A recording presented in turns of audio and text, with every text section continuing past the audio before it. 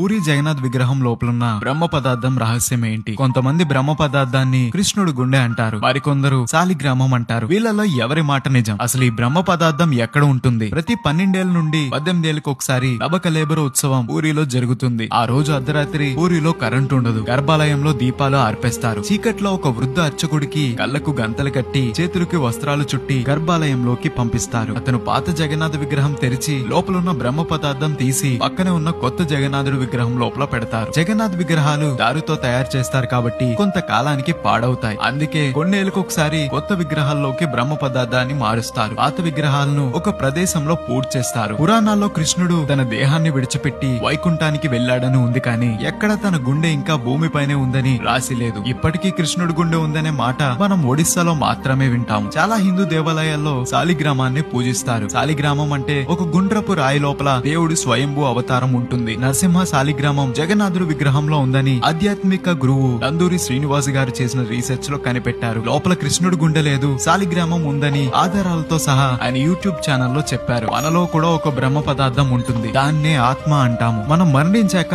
మన దేహాన్ని కాల్చేయచ్చు, పూడ్చేయచ్చు, కానీ ఆత్మని మాత్రం కాల్చలేరు, పూడ్చలేరు. ఎందుకంటే ఆత్మకి అంతం అనేదే ఉండదు. ఈ విషయాన్ని మనకి గుర్తు చేయడానికి ఈ నబకలేబర ప్రక్రియ చేస్తారని నా నమ్మకం.